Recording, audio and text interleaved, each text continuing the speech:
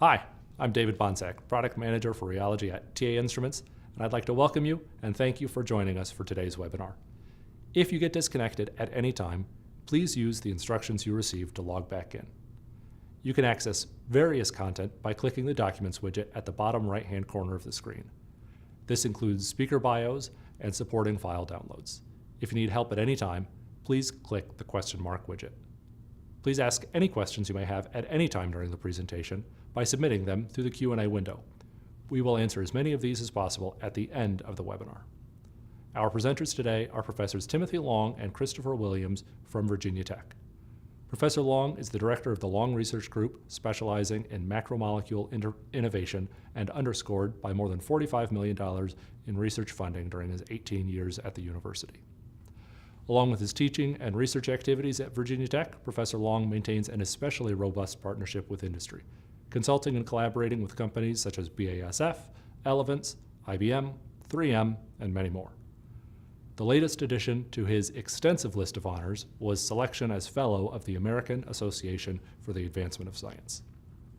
Professor Williams is the director of the DREAMS laboratory that designs and researches additive manufacturing systems, and is also the associate director of the Macromolecules Innovation Institute. His contributions have been recognized by 8 Best Paper Awards at International Design, Manufacturing, and Engineering Education Conferences. He was a 2013 recipient of an NSF Career Award, the 2012 International Outstanding Young Researcher in Freeform and Additive Fabrication Award, and the 2010 Emerald Engineering Additive Manufacturing Outstanding Doctoral Research Award. Together, Tim and Chris will present designs for new materials for additive manufacturing, with a focus on vat photopolymerization. It's a pleasure to have both Professor Long and Williams presenting with us today. Tim? Well, thank you. Today we're going to be talking about design new materials for additive manufacturing.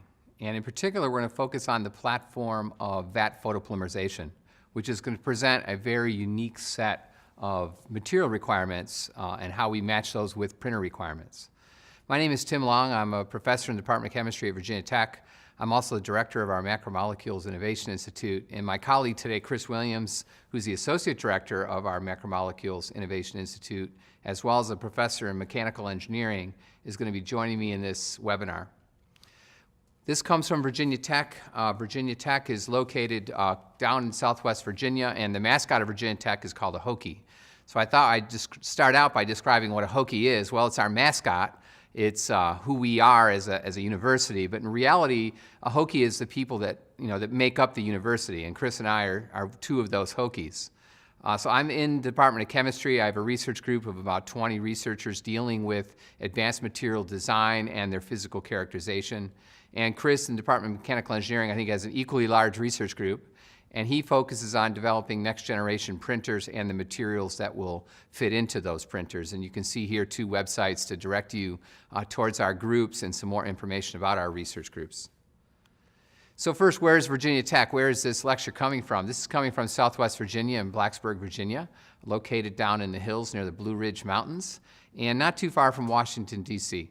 And so hopefully you've been to Virginia Tech. If not, the invitation stands to come visit us. And again, the institute that I'm a director of is called the Macromolecules Innovation Institute. So a little bit about the institute before we get started so you can see what kind of motivates us. We are a virtual institute, which means that our department is Virginia Tech. And our 60 faculty and 130 graduate students in polymers come from across the campus. And we've been in place since 1975. So we have a very rich history in designing novel materials. And I think what you're going to see today is how do we take that history in polymer structure and properties and move it towards advanced processing in additive manufacturing. That's the challenge of the future. That's how we're educating students today. And that's what we want to describe to you. So I thought I'd start out with a couple of kind of high-level jokes. These are science jokes, so be careful. Don't use these in just about anyone because some people will laugh and some people won't. But since we're going to be talking about photochemistry, I'd start out with this joke, which is one of my favorites. A photon checks in at the Inn at Virginia Tech and is asked if any help is needed with their luggage. Right? And we all know what photons are, or you certainly will by the end of this lecture. How does a photon respond? Well, the photon replies, "No thanks, I'm traveling light." So hopefully you found that a little lightheartening, a little bit interesting to get the day going. Let me give you one more. Maybe that wasn't good enough, right? Since we're talking about lithography, printing with light, and photochemistry, I want to share this last joke with you before we get serious. And that's two people laying on the beach, two cobs of corn, right? And I told you to wear your sunscreen, right? So we're obviously going to be dealing with light and the interaction of light, which is a form of energy, with polymeric materials, and how that energy influences chemical structure, physical properties, reactivity. Those are the things that we're going to be touching on today in the context of advanced photopolymerization processes. So on this note, I want to turn it over to my colleague, Chris Williams. Chris is going to give you a nice overview of the various platforms of additive manufacturing and how vat photopolymerization fits into that entire scheme.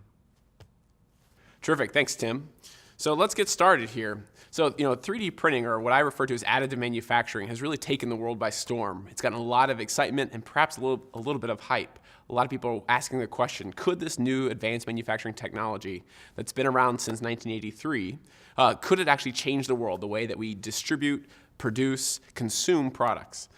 And so that's what we're going to be talking about today is, can these technologies deliver on the promise? And what we'll see is that the key to delivering on that promise is new materials.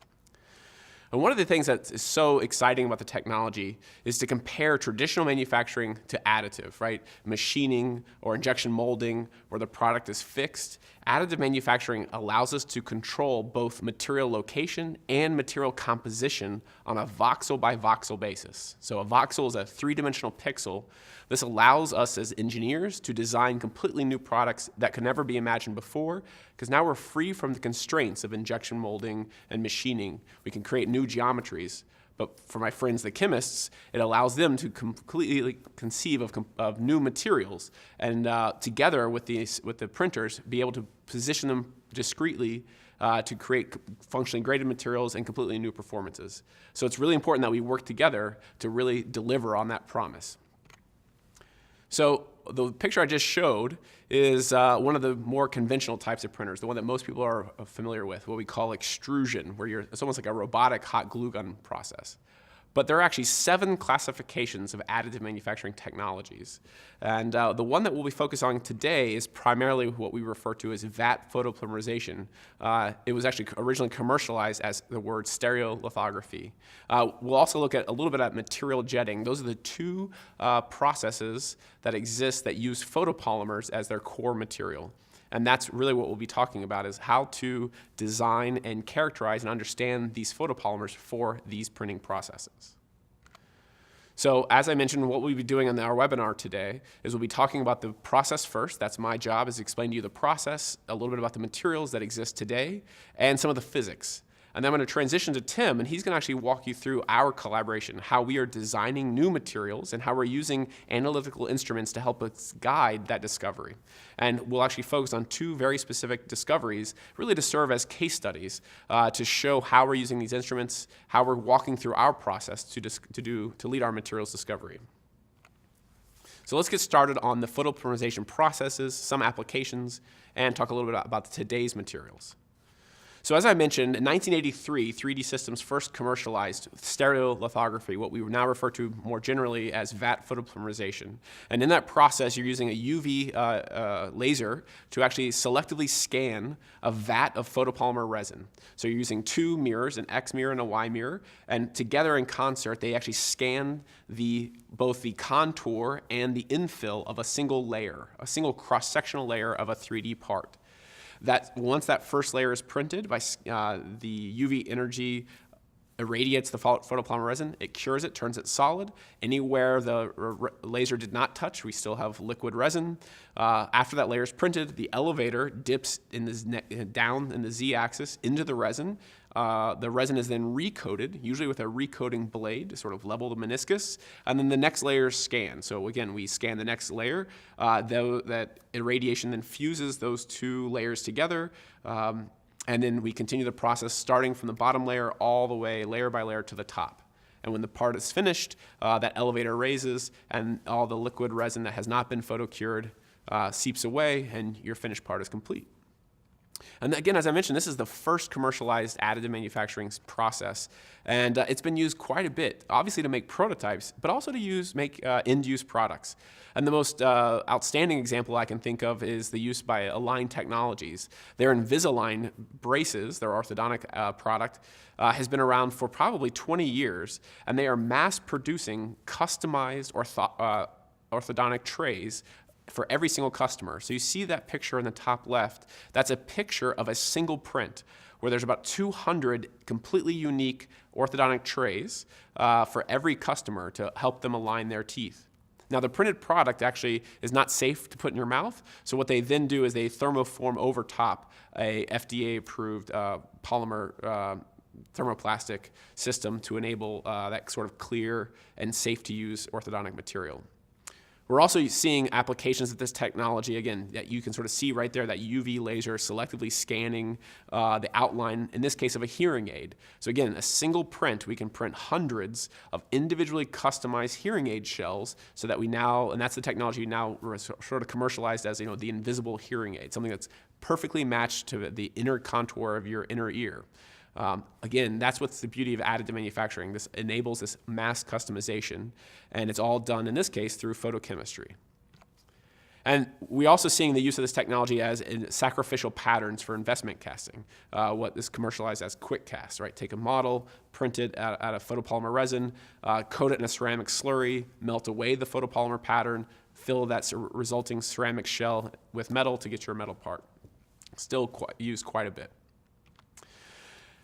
Now, what's happened in the past 10 years is that technology has shifted from using just lasers, that still exists and still very prominent, but also now we're starting to see people use dynamic masks. In other words, using essentially what's a projector. So in the projector-based systems, I'm actually, instead of scanning a single laser, I can actually project a single layer all at once with a static image.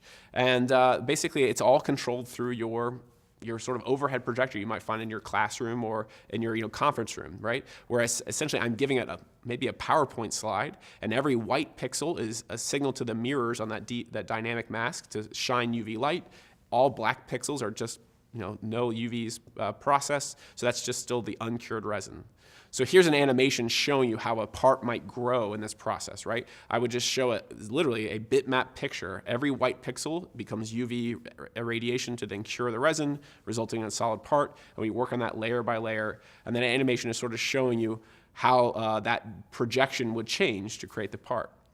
And the beauty about these technologies is that it's now pretty cheap, no more need for big UV lasers. Now we can simply use projectors, essentially, with UV light sources instead of visible light.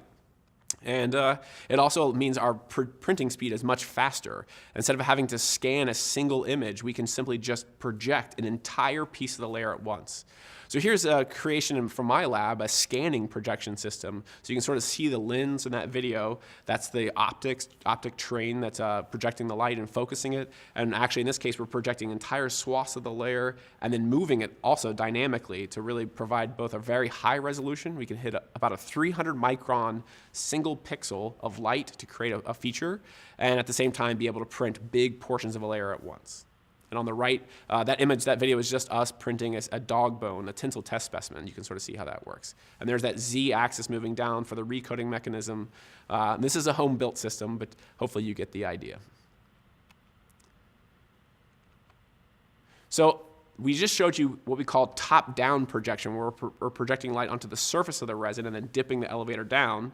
There are other systems that exist that are bottom-up, where we turn that whole system upside down. So in this case, we have a semi-permeable membrane, and then you're projecting the image through and then pulling the elevator up. You're basically printing upside down. And this is probably most famously commercialized by a company called Carbon. And in the slides there, you can sort of see another examples of industrial applications where some of their new elastomeric materials are being commercialized in coordination with and collaboration with Adidas to make custom-made, tuned midsoles for tennis shoes.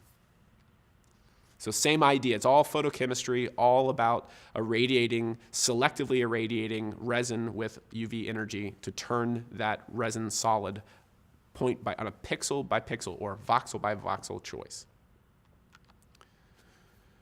Now, really quickly, I will mention there's other processes, additive manufacturing processes that use photopolymers. One is that I can think of is what we call material jetting, where I'm selectively jetting on a dot-by-dot basis photopolymer resin, and that resin is actually irradiated by a lamp, a UV arc lamp. And you can sort of see in the video below us printing actually straight from a CT image, a human hand, and as you can sort of see, the elevator drops down as we print back and forth. This is a high-speed video. It is a very fast printing process. Not quite that fast, though. But it allows us to functionally grade materials. So each print head can actually have multiple photopolymer systems inside. So our printer at our university has three different print materials. The latest machines have up to 6 that allow you to functionally grade materials, not just get different colors, but actually to get different modulus.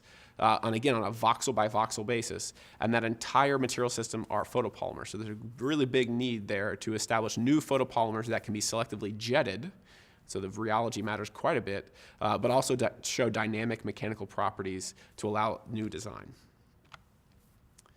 So the beauty about photopolymerization-based additive processes, as compared to other additive manufacturing processes, is they have extraordinary resolution, extraordinary accuracy, really excellent surface finish, because I'm working in a resin. I'm not working with indiscrete powder particles or large extrudates.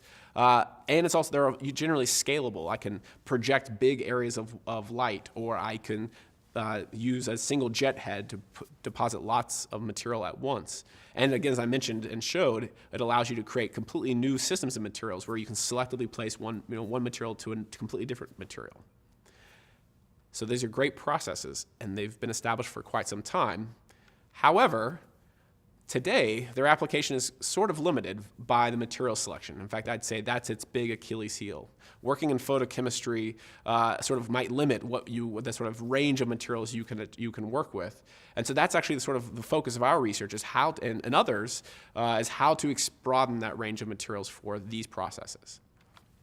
So before we get into the details of that, let's just quickly summarize and remind everyone here what a photopolymer is, right? So a photopolymer is a mix of materials. You have to have 2 key components, a photoinitiator and a monomer, to sort of start that reaction process, right? So it's a chemical reaction where the UV irradiation hits the photoinitiator and starts a chemical reaction to result in a true cross-linked network of monomers to create that final polymer.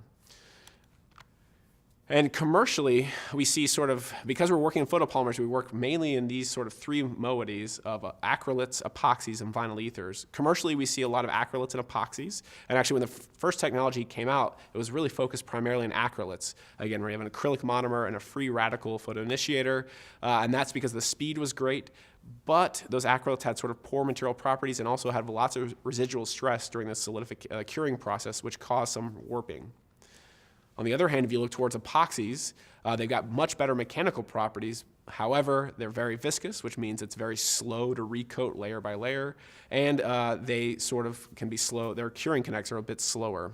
So actually what we see in industry right now are mixtures, where they're actually putting those 2 materials together of acrylics and epoxies and creating interpenetrating networks of photocured systems. Now, there's it's not just photoinitiators and monomers. There's other components to those resins. Obviously, to improve shelf life, some stabilizers. There's also things like photosensitizers and photoabsorbers to control the depth at which the cure reaction occurs, to control each layer, the depth of each layer. And Tim, when he comes to talk about what we've been up to and how we characterize these new materials, that's a key component, is to find good photoinitiators that match the wavelength you're working with, at the same time looking at photoabsorbers to control the resolution of your print. So because you're working in photopolymers, you have to work within certain bounds. Obviously, you have to have a photo-crosslinkable site. And so, as we mentioned, there's different moieties that you can choose from, but there's not that many. And typically, when you look at traditional resin design, they're really focused in aliphatic polymers and oligomers. And that's because those materials have lower TGs because it has to be in a liquid form, at room temperature, at the printer temperature. And also it can't be fully aromatic, right? You have to have open rings so that you can attach these photo-crosslinkable moieties to enable that reaction, that curing reaction. So as a result, traditionally, these materials have been sort of restrained to thermosets. And also because of the mechanics of that recoating process, on vat photopolymerization, rheology matters quite a bit. We say around your sweet spots around maximum of 5 Pascal seconds. If you're looking at that material jetting, rheology and surface tension matter way more. I have to selectively pulse with a piezo head that resin through about a 60 micron nozzle size. So therefore, we're saying your upper limits of viscosity are much smaller, about 0.2 Pascal seconds. So now we're starting to define the bounds of materials discovery for these processes, and you can sort of see perhaps it's a bit limited. In fact, when I first started working this technology as a graduate student, I love the process, I love the accuracy, the resolution, but I always was convinced that the material selection would be permanently fixed to these very brittle acrylate materials that deteriorated in the sunlight. They warped at low heat deflection temperature.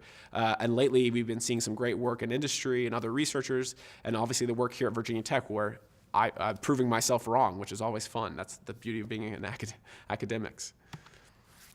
So there's a big need out there. It's been established by lots of research roadmaps. There's a huge opportunity to really deliver on that promise of what additive can provide. We've got to provide a larger catalog of working materials, and we've got to establish a better structure, property, process understanding of how these machines and these materials interact.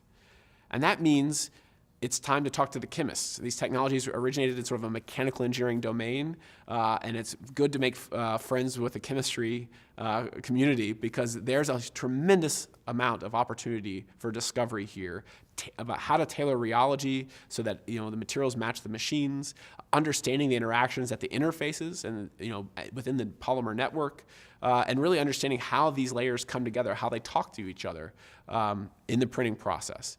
And so that's sort of how Tim and I started, and I'm sure there's lots of other folks who have been working together to really get to advance this materials discovery for these processes.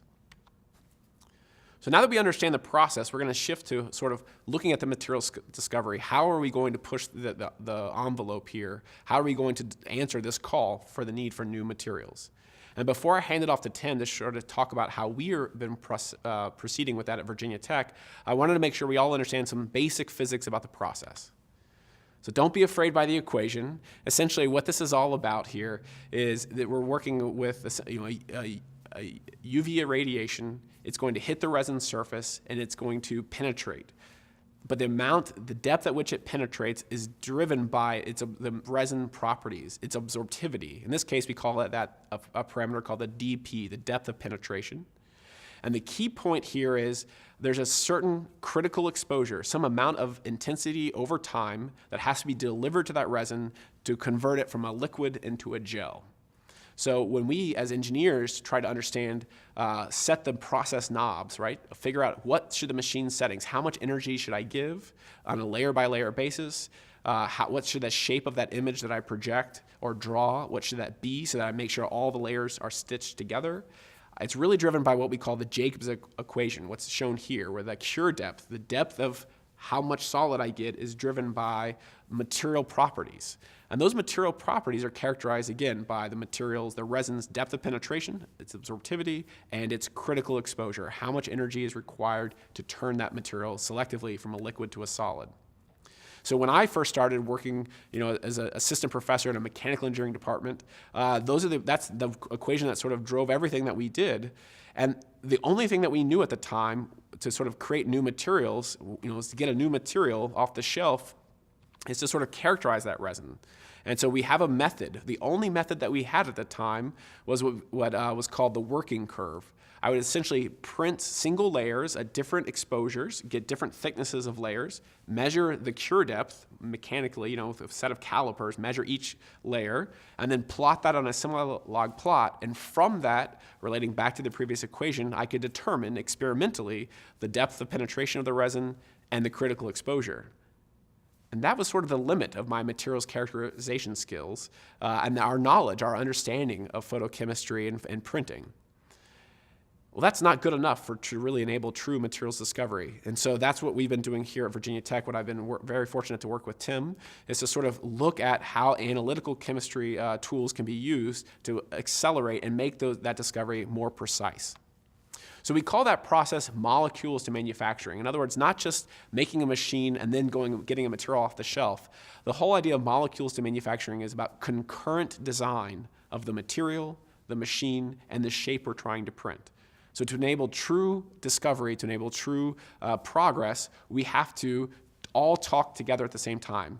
I have a certain shape and geometry I want to create, so I need to think about designing a machine that will enable that. And at the same time, I need to be talking to my chemists so that they're making sure that their resins are going to deliver the mechanical properties that I want, but also the rheology that I need, the photo curing kinetics that I need, and so that we can sort of fit within the constraints of one another. And what we found is by doing that, we keep pushing each other further and further and rewriting what we thought were the rules of photopolymers. So with that, I'm going to pass it on to Tim, and he's going to talk more about the process that we've sort of been working through at Virginia Tech and how we're using analytical chemistry tools to really accelerate our materials discovery efforts. All right, so thank you, Chris. And what I want to do is kind of pick up where Chris left off and talk to you about those tools. You know, what are the things that we use to accelerate discovery? And to a certain extent, this slide that I'm showing here is maybe the secret sauce, or it's the most important slide of this webinar. And really from the start to the finish, we're using instrumentation to make predictions on whether or not we're going to be able to print a new material. All right, this is unprecedented. Chris talked about this idea of a working curve. Let's add a lot more to that, and the way to do that is to bridge that mechanical engineering department with a polymer chemistry department. And that's really the secret to success. So right at the beginning, we're going to think about assessing viscosity or viscoelastic performance, you know, looking at the heart and soul of polymer science and how that very well-established science is going to allow us to make predictions, right? Things about recoating. Chris talked about this idea of a blade coming over the top of a surface and wiping a surface, right, with fresh polymer, right? Creating that 200 micron layer, right, and generating a layer now that's suitable for photochemistry. Well, what's the viscosity of that? What's the rheology of that, and how does it match up with the constraints of the printer itself? Those are things we're capable of doing. What about molecular weight distribution, right? Arguably the most important polymer parameter we know in polymer science. How do those influence the printability, right, of a new material? How do we understand thermodynamics and mechanism? Those are scary words. If you mention thermodynamics to just about anyone, they're going to start to have, you know, some type of nervous response to that, right? But in reality, we know that we can measure that through differential scanning calorimetry.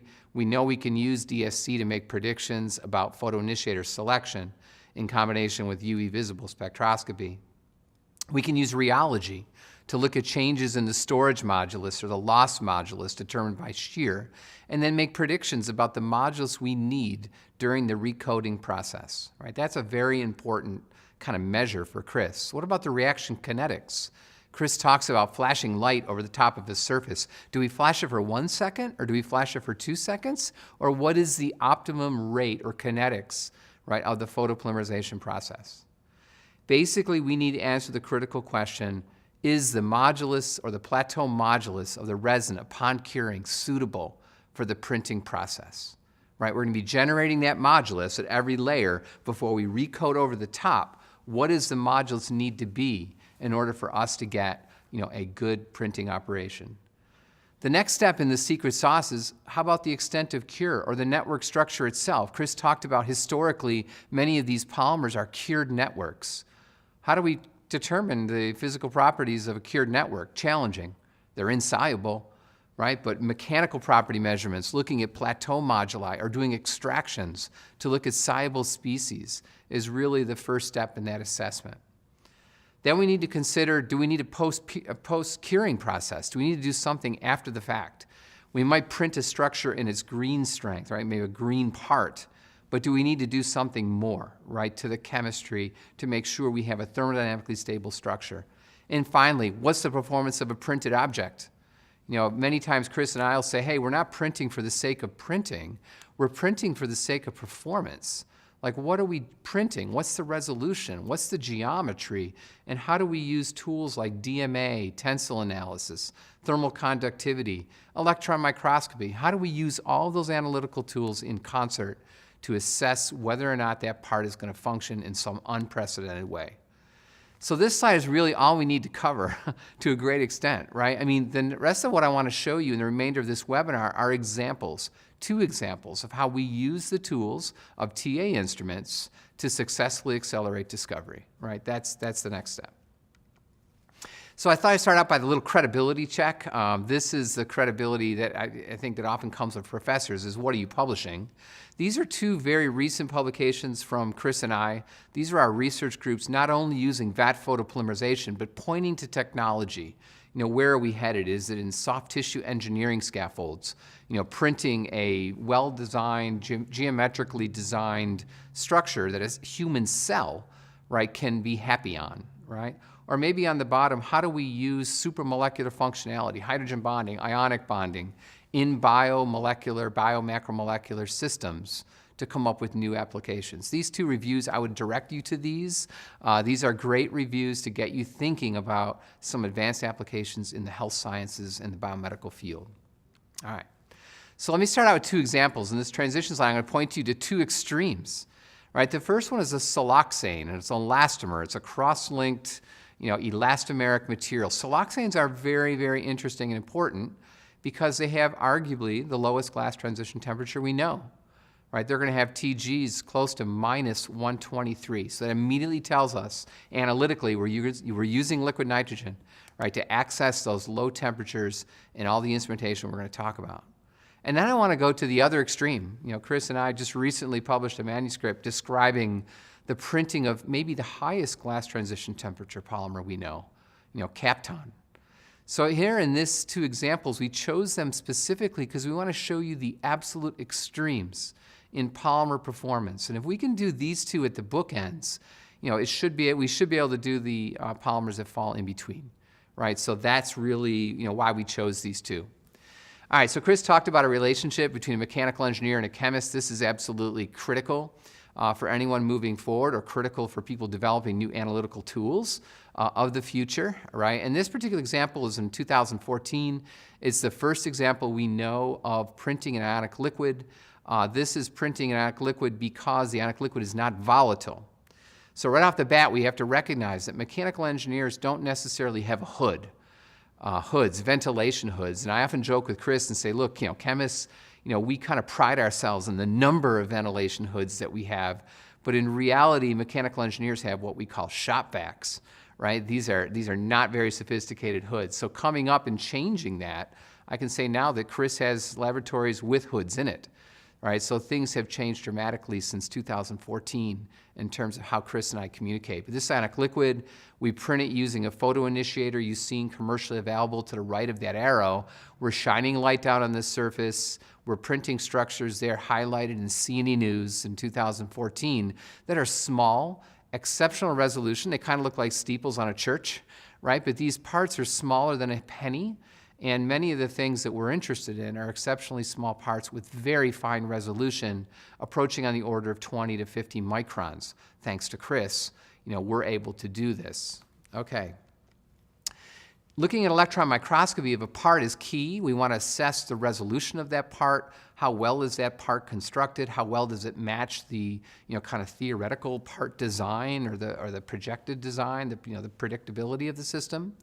And over on the right, you see a printing of a Hokie bird, right? So back to Virginia Tech and Hokies, right? This is the Hokie bird over on the right. And you might say, well, we're just printing it because it's your mascot, you're from a university, that's what everybody does. But in reality, the Hokie bird is exceptionally challenging to print, much because of the chin, right? The Hokie bird's chin hangs over nothing, right? So what does that say about the polymer structure? It's viscosity, it's rheology, it's photochemistry. How do we print over air?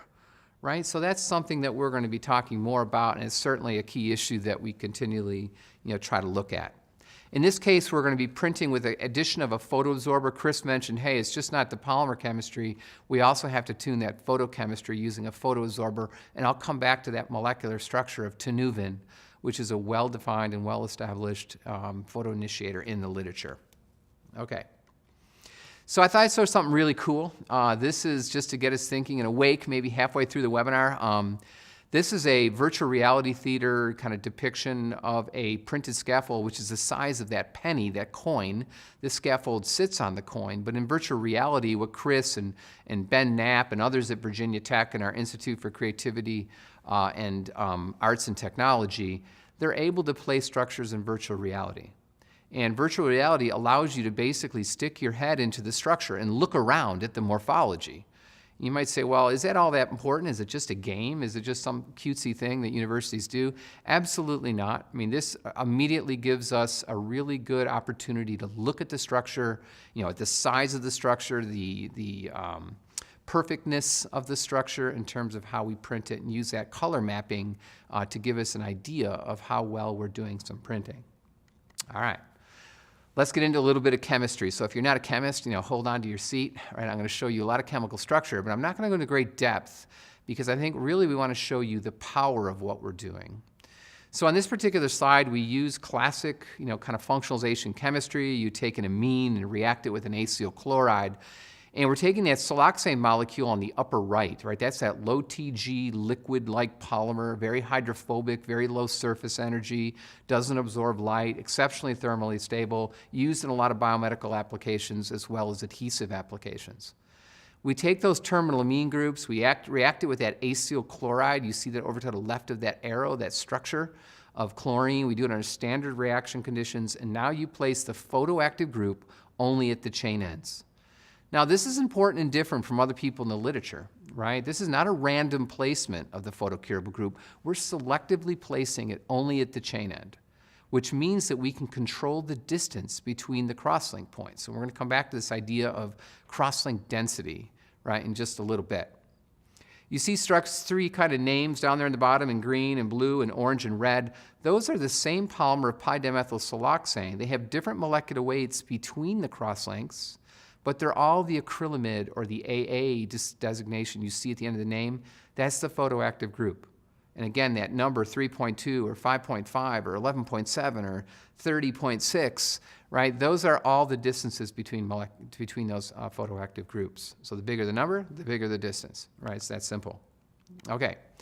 So let's come up to the first tool, all right, that we talked about with TA Instruments. One of the very critical tools that we use is the photorheometer. So we purchase a photo curing accessory. This is easily placed within the TA Instrument rheometer, parallel plate rheometer. It simply consists, very briefly, of an acrylic plate on the bottom of the rheometer that's transparent to UV visible light. We can introduce that light while doing rotational viscosity measurements, and we're looking as a function of shear rate, both the storage and loss modulus change or viscosity change, right, as a function of time. Time's important because Chris wants to flash that structure over a certain interval of time, and he needs to know some approximation of how that time is going to be controlled. So in this particular slide here, what I'm showing to you is what we see. This is an example of data from photorheology. It is a modulus versus time, whether it could be storage modulus or loss modulus. And in black, you see storage modulus, and you see a crossover where the storage modulus ultimately exceeds that loss modulus value, right? The crossover is an indication of this idea of gel point, or where you're starting to see formation of an infinite molecular weight system. Does not imply that every molecule is tied into that gel. It simply implies that we're reaching a system of crossover where the solid-like properties are dominating the liquid-like properties. Remember, polymers are viscoelastic, and they have both liquid-like and solid-like physical properties. That modulus, where that curve ultimately flattens, is important to Chris. And it's important to him because he wants to dictate what the modulus of the layer is before he coats on top of it. Remember, if he puts a layer down, it needs to be there when the next layer comes on, and it can't move or distort. Otherwise, we begin to lose resolution right in the printed object. So the modulus and the crossover are key for us. And we also do extraction or gel fraction studies of those printed parts to assess the soluble or the gel fraction. And I'll come back to that term in just a little bit. Okay, so here's some real data. Let's take that acrylamide photo-terminated telechelic oligomer of PDMS. Let's subject it to the rheological experiment. Let's turn the light on, that vertical line there in orange. And you see rapidly, right, in this case, just the storage modulus, I'm not showing the loss modulus here, they go up to different plateau moduli. Now, the plateau moduli are dictated by the molecular weight between crosslinks, the distance between the photoactive groups. So immediately, this allows me to give Chris a range of moduli to recoat over. It also suggests to us that we could simply change the modulus of a printed part over a vast area. So not only does the part have to be homogeneous in modulus, it also could have a gradient of modulus by simply changing the crosslink density across the printed part. And that's an areas of research that Chris and I are currently going after.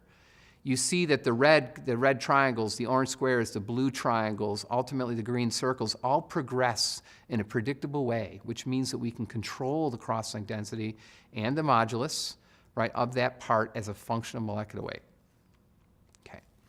We take that data to theory, thanks to people like Michael Rubenstein at Duke and Ralph Colby at Penn State. We're able to take theory and show that the printer and the rheological analysis of that printing process correlate very well with well-established theories that correspond storage modulus to 1 over the molecular weight. This linear expression is well established in the literature, and it's a good feeling for us that the printing process and the rheological photo accessory is functioning in a well-defined way according to well-established theories and equations. The second technique that we love to use in addition after photorheology is photo-DSC.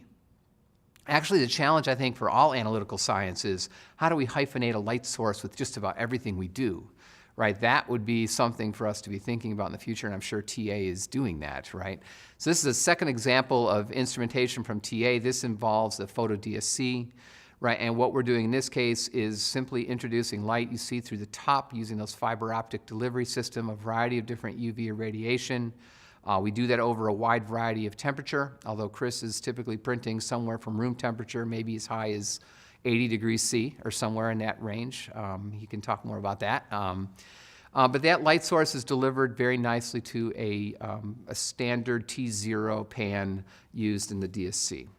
Okay. The first question that may come to your mind with all these techniques is, how does the light source we use analytically match the light source in the photo, kind of printing, the vat photopolymerization process? Well, the answer is that it doesn't. They're different light sources, but we can still use those effectively, trying to match the UV printing source there shown on the left, with its so many milliwatts per squared centimeter and its wavelength range, with those available in the instrumentation. And we're constantly trying to match those and understand the relationship between the lights we use analytically and the light we use in a printing operation.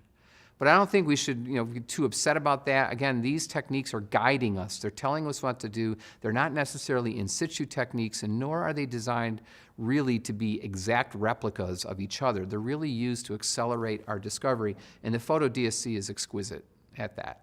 All right? Here's some example. We turn the light on. In this case, this is again that acrylamide terminated PDMS.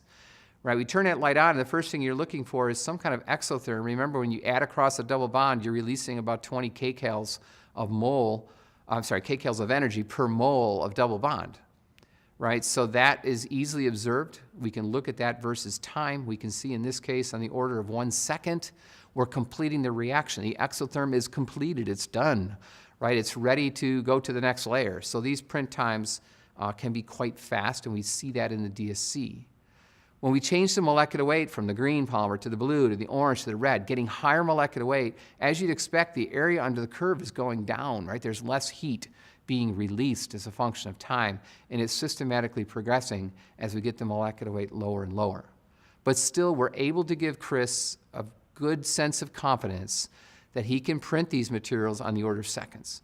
And that's an important first step. It's not minutes, it's not hours, right? These are seconds, right? And that's an important kind of metric to accelerate discovery.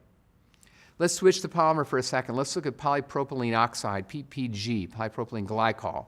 Its glass transition temperature is -70. Again, going back to what Chris said, these are low TG liquids, right? Because there's that Pascal second requirement that we alluded to earlier, right? But PPG, 2 acrylates on the end. Again, it's a telechelic oligomer, and you see the molecular structure of this scaffold, very heavily porous. There's the kind of CAD design in the upper right, and then you see the registry kind of presenting itself down there on the lower right. We perfect that registry or that resolution through the addition of photoabsorbers. Chris mentioned this in the earlier part of our webinar. He said that, hey, we're going to add molecules to influence cure depth or depth of penetration. We're also going to attenuate that light delivery using molecules, heavily aromatic molecules, lots of absorption in that red molecule of Tinuvin, and we use that to tune our photochemistry. This is some example of that photochemistry happening. This is the Tinuvin modified system. Again, back to modulus versus time. The technique we're using is photorheology in this case. You see that as we introduce more Tinuvin from blue to red to green, we're delaying or essentially tuning the amount of time required to reach the plateau modulus of storage modules in this case, right, as a function of time. This is important because Chris is now able to add Tinuvin and systematically dial in print speed at each layer. So it gives a very good, kind of predictable, kind of output for us. All right, let me switch gears and highlight somebody else's work. This is work out of the Hughes Research Laboratory. I was privileged enough to visit this great laboratory out on the West Coast not too long ago, and they came up with ways to take siloxanes, the molecule we've been talking about, with randomly placed thiol groups. So a thiol group is SH. It's also called a mercaptan. It hangs off the side.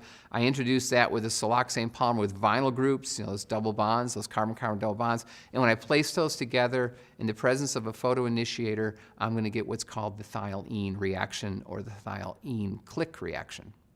Click chemistry is exceptionally popular right now. I can't think of it on any state-of-the-art laboratory doing synthesis here at Virginia Tech that's not doing click chemistry. It's important. And Hughes Research Lab has put it into a printer, which is kind of exciting. So what are we doing to kind of complement? Let's go back to our design parameter. Let's put our thiols only at the ends. Let's not place them randomly like the Hughes Research Lab does. Let's try to make a difference, make something different, see what happens. And this red molecule you see using standard esterification chemistry, we introduce the thiol group, and then that thiol group is now amenable to cross-linking in the presence of a vinyl group. All right.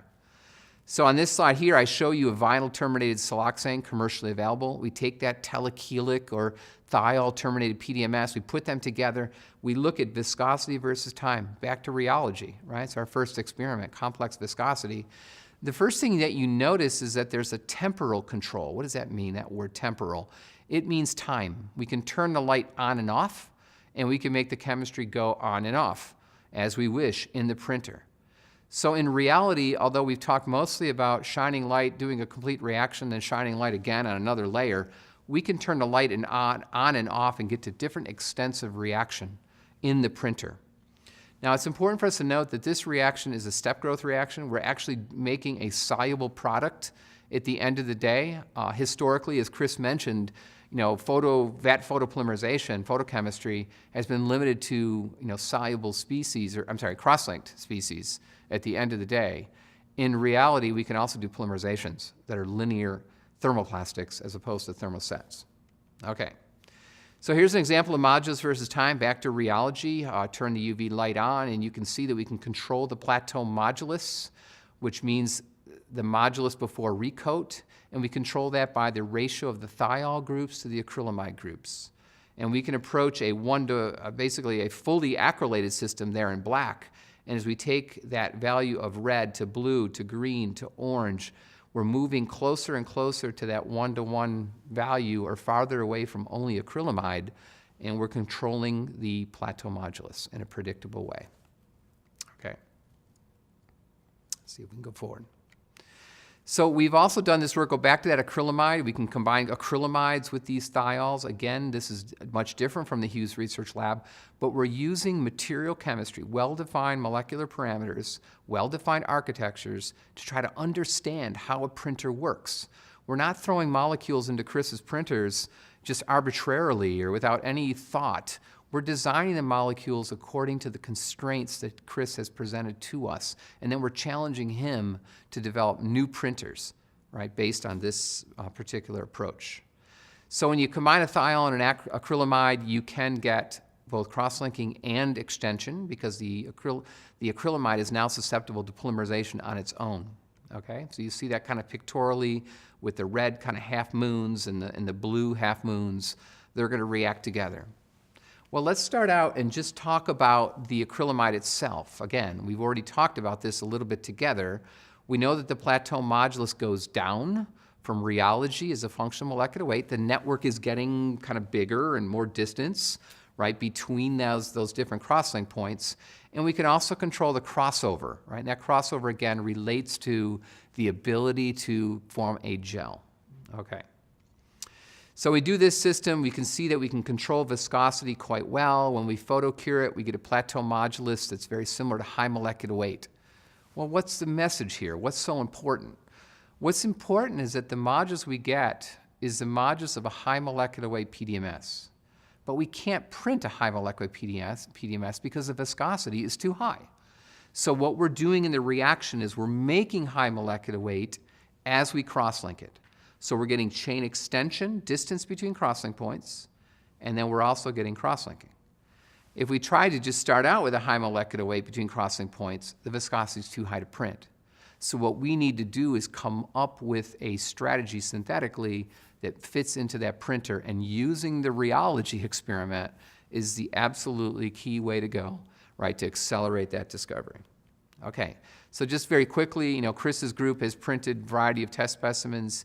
Chris showed you some tensile bars earlier in his introductory part of the lecture. We can print PDMS dog bones, we can do tensile experiments, we can print small molecules, or small structures, they have good resolution, right? And also we can get physical properties now that are what you'd expect. So in this tensile experiment, stress versus strain, we're also adding silica, and that should be noted because Chris is able to tolerate silica. We can form a dispersion. The silica over certain compositional windows does not influence the photochemistry, and now we're printing composites, right? So that's another very interesting and kind of versatile thing for us to be thinking about. And we're getting properties, tensile strengths on the order of 3 or 4 megapascals and elongations in excess of 220%. So it's powerful, and we're starting to get materials that are no longer just kind of gee whiz little gadgets, little trinkets that you might think about with 3D printing. You're actually getting parts now that have functionality, that are competitive with other types of processing avenues. Okay. In the last 5 minutes or 10 minutes or so, what I want to do is kind of take you to the other extreme. And the other extreme is the highest glass transition temperature polymer we know, right? PDMS, minus 123. Kapton, we can't measure it. It's that high, right? So let's go into that a little bit with you. So in the 3D printing world, we're really looking at this pyramid. This is a slide that one of Chris's students prepared, which I think is a really nice example, right, of where we are now. We're no longer at the base of the pyramid. We're now looking at polyimides, or PI, up on top. Engineering polymers, polymers that can withstand, 1,000 degrees F, in terms of their performance, right? So these are high performance molecules. How could we ever print them using vat photopolymerization? Just doesn't seem like it's anywhere near feasible, and certainly it's contradictory to anything historically that we've ever done, okay? So let me remind you, if you're not a synthetic chemist like me, I want to remind you of the molecular structures of Kapton and Ultem, Ultem made by Sabic, Kapton and DuPont. We know they're exceptionally high stable. Chris mentioned we can't have a lot of aromaticity, while these polymers are almost fully aromatic. So how do we make that work in a vat photopolymerization? How do we get parts with glass transition temperatures that are exceeding 220 degrees C in the case of Ultem, or exceptionally high stability exceeding 600 degrees C, and use all the techniques that we have talked about? All right. So essentially, Kapton has only been available in a two-dimensional form. This is a film, right? So when I teach classes these days, I tell students, look, there's only so many ways to make a polymer product. We can injection mold it, we can extrude it, we can blow mold it, we can coat it, right? But in reality, Chris and the whole additive manufacturing world has opened up a completely kind of Pandora's box, right, of different ways to process and convert now convert 2D films into 3D objects like that Hokie bird over on the right. So basically the question is, with vat photopolymerization and all the analytical techniques that TA provides, can we possibly envision, right, the printing of something that's completely unprocessable by other means, okay? So I'm going to give you the answer right off the bat. Yes, we can do that, right? This is an actual snapshot of the front page of our paper that we recently published in Advanced Materials. We actually had to work with the editor to allow that processing the unprocessable to be in the title. But you see Kapton structure over on the right. It's a highly aromatic polymer. And this is a printed object. This is actually a piece from a chess set, right? This is looks like a Kessel, right, in some way, but the resolution is quite exquisite. We're going to talk about how we do it, and underneath there is called an Ashby plot, and I'm going to come back and tell you why, at the very end of the lecture, why that's important.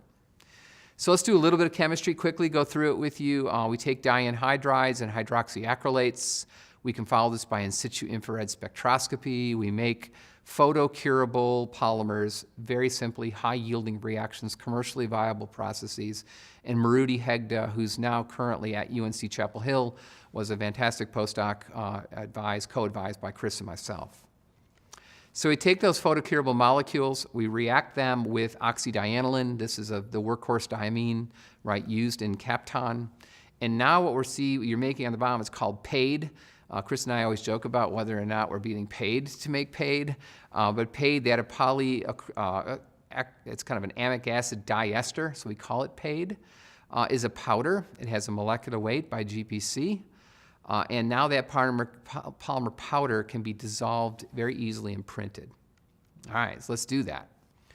Take that polymer, put it in a solution. You can kind of see pictorially on the right, you see a molecule in a solution of blue, solvent. In this case, it's an NMP, N-methylpyrrolidone polymer in that solution. And we're going to print an organogel.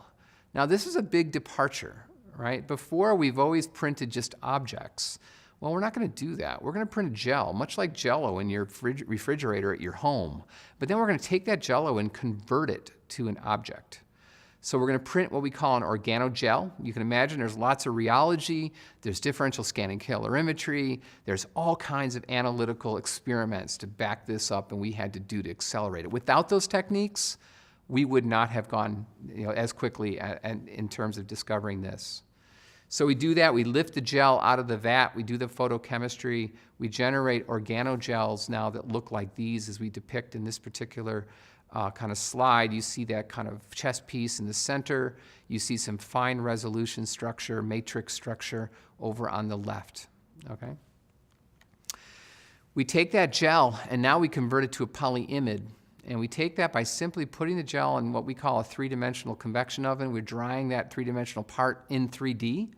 If you try to dry a part by simply setting it on the desktop, you're going to have all kinds of warpage and shrinkage and other asymmetric or anisotropic drying situations. So we form Kapton. The molecular structure on the lower left, or the cartoon on the lower right, is the molecular structure of Kapton, right? So how do we prove that? Right, we're doing all the analytical techniques that you would expect. We're doing photorheology to make sure these are printing. We're doing photocalorimetry to understand the extensive reaction in delta H, right? And then we're going on and taking those parts and looking at shrinkage. We're looking at any distortion in the shape. Now this slide here is really something special to leave you with, and I love this slide. To me, it kind of reminds me of the movie Ant-Man, where you take somebody who's of a certain size like us, and you shrink them down with all their resolution to a small size. That's essentially what's happening in this process. You're getting symmetric, isotropic shrinkage. The different X, Y, and Z directions in blue and black and red are indicative that the shrinkage is uniform. And we take that molecular object, that organogel, and we shrink it down uniformly, actually improving the resolution of the part, right? It's a much smaller ant, right? So that ant has even finer resolution than what we started with. So now we've opened up a whole new way to take resolution of that photopolymerization and reduce it maybe an order of magnitude lower.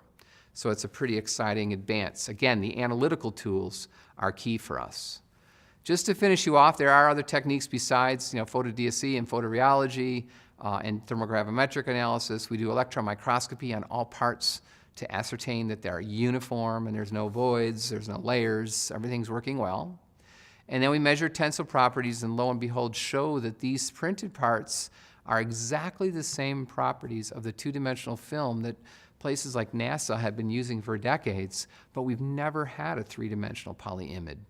Okay, the analytical techniques have helped us discover this more quickly, and there's a lot of excitement in this space because this is the highest temperature polymer that we've ever printed by stereolithography. Okay, so finally, last slide. How do we conclude? What Chris and I have tried to do with you today is to force you to rethink how we process polymers to rethink the analytical tools that are required for us to make advances in this field, and discover new materials and change the world, right? That's what we're trying to do right here at Virginia Tech, and I'm sure that's what everyone's trying to do, right? The first way to do it is to nurture a partnership, nurture an intersection between mechanical engineering and polymer chemistry. Design printers that accommodate emerging materials, and design chemistry that accommodates printers, right? It's a two-way communication. How do we educate the next generation workforce? You know, students of today, 30 years from now, I hope, are going to be doing 3D printing just about every day. I think we're going to be doing it in our homes, as Chris talked about at the beginning of the lecture, right? For the sake of this webinar, look at bullet number 2. We need more analytical tools, and I think TA Instruments is leading the way in this particular field. It's certainly accelerating our work, but those tools need to be aligned really well with the processing of polymers in the future. And lithographically, we need to hyphenate those with photochemistry, right? And we also need to partner closely with TA and our academic, faculty members here at Virginia Tech to make this happen, and we're certainly doing that. Finally, the last bullet is to establish a foundation in structure, property, and processing, and rheology and differential calorimetry. Those are bread and butter, long-standing analytical tools. But how do we hyphenate those and make those impactful, right, on the field of additive manufacturing? And we'll talk more about that, we hope, with you in the future. Please, we would welcome you to come to Virginia Tech at any time. And we want to thank you very much for your time today, and we're looking forward to some of your questions. Thank you. Thank you, Tim and Chris, for that informative presentation. A recorded version of this webinar will be archived and available online through the TA Instruments website. We will now begin the question and answer segment of this webinar. Please submit your questions through the Q&A window. We will do our best to answer as many of these as possible.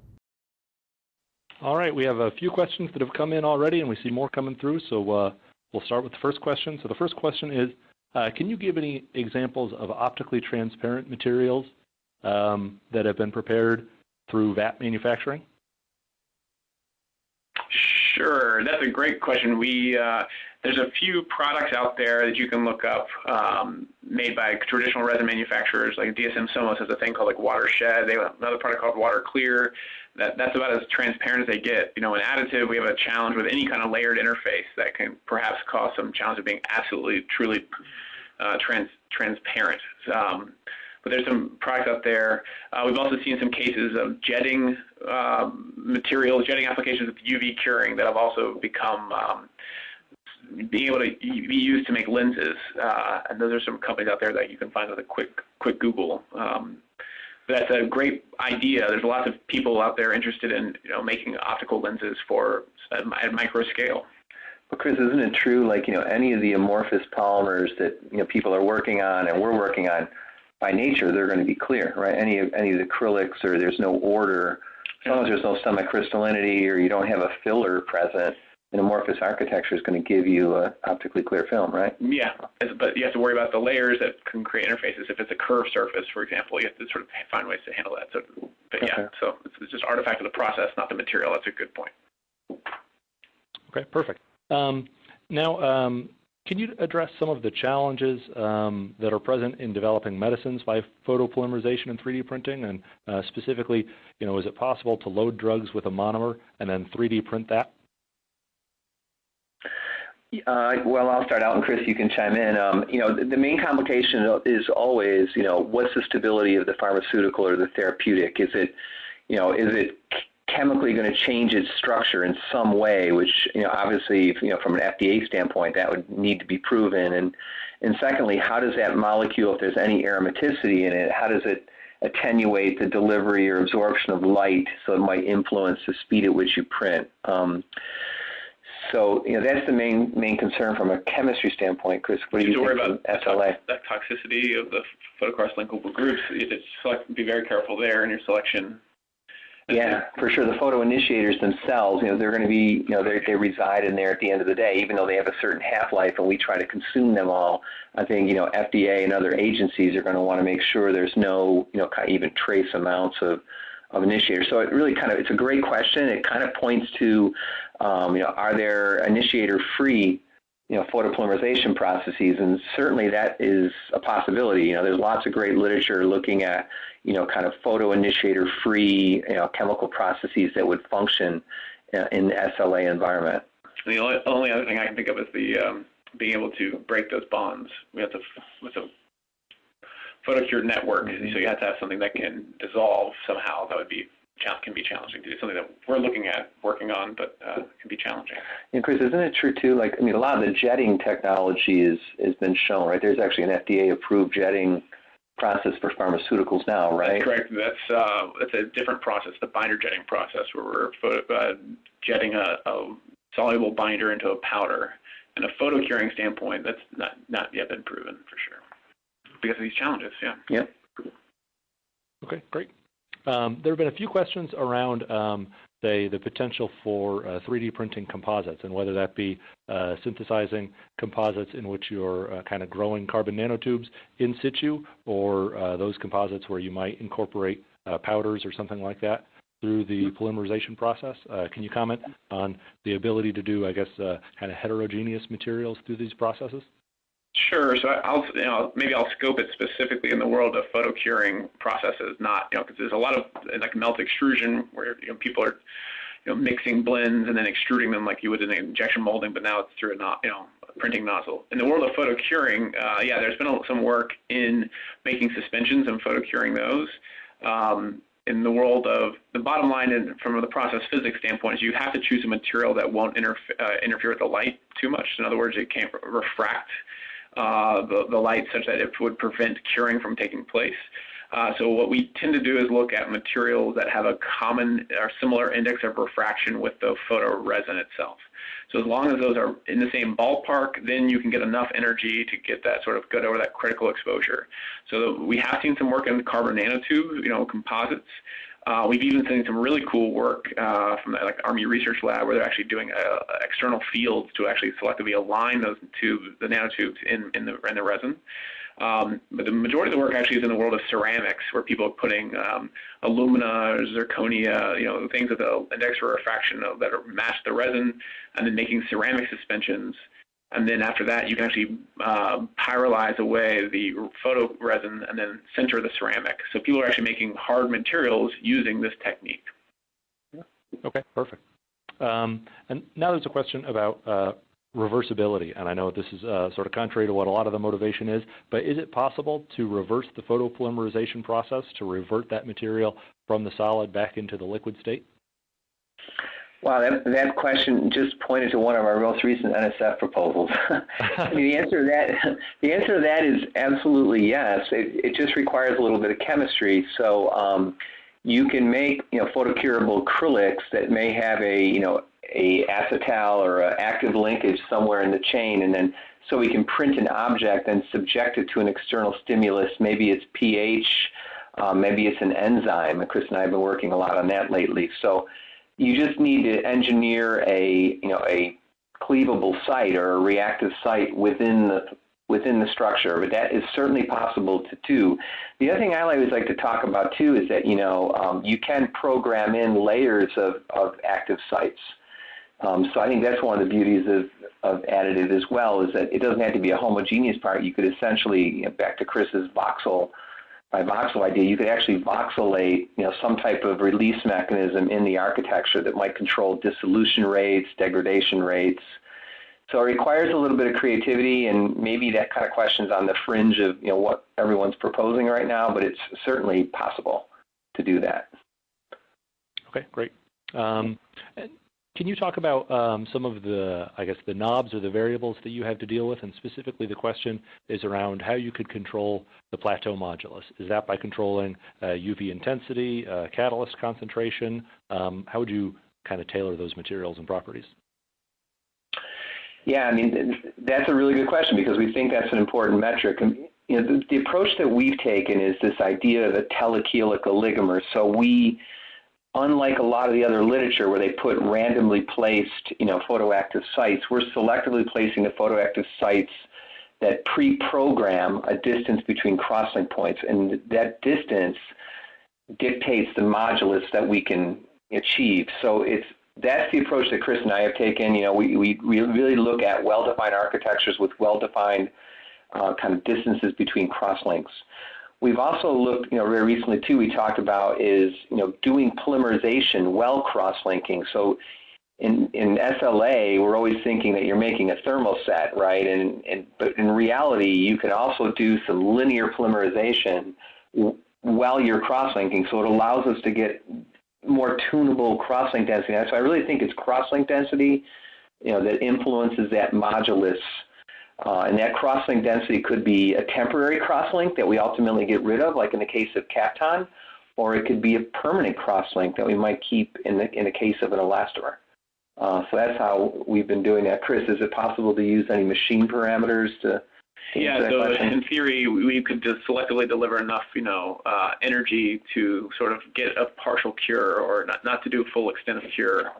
When you look at the photorheology that we've done, though, you'll see that the slope of that curve is pretty steep. You know, it goes from gel to its plateau modulus really quickly. So, again, from a chemistry standpoint, there might be ways to sort of broaden that slope, that you would have more tailored control. Where you don't hit the plateau modulus, but then you'd have some residual monomers. You have to sort of balance that trade-off. But yeah, it would be something that we would definitely be interested in. That's what we talk about, right? The knobs of chemistry and the knobs of the machine, and how to design the material and the machine to enable that kind of precise control in a voxel by voxel frame. Okay, perfect. Well, we're kind of running up on time, so we'll take time for just one final question. Can you comment on any specific limits for the really challenging engineering resins, such as PEEK? You know, are there limits associated with, say, its viscosity that drive limitations in your spatial resolution, or anything like that that should be considered as you look to those engineering materials? Yeah, I mean, those are definitely materials of interest, and it's quite challenging. And yeah, the higher molecular weight materials mean higher viscosity. If you look at the approach, you know, on the Kapton, you have to worry about solids loading and making stable resins, and thinking about new machine designs to get around sort of that recoding of the other challenges of the viscosity, and also working with the solvents that we're working on.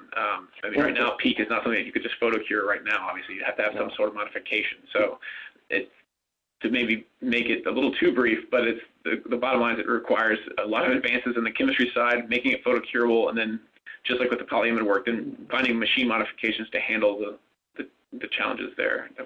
And I think it's fair to say too that, you know, people have looked at, you know, kind of this reactive scaffolding idea, right, Chris? I mean, people have looked at, you know, polymerizing basically a scaffold around a high-performance engineering polymer, but again, what you always are faced, like with PEEK, you know, a semi-crystalline polymer, it's not the most soluble polymer in the world, and you know, there's a lot of challenges there. It's certainly a really hot area that we're looking at for sure. Yeah.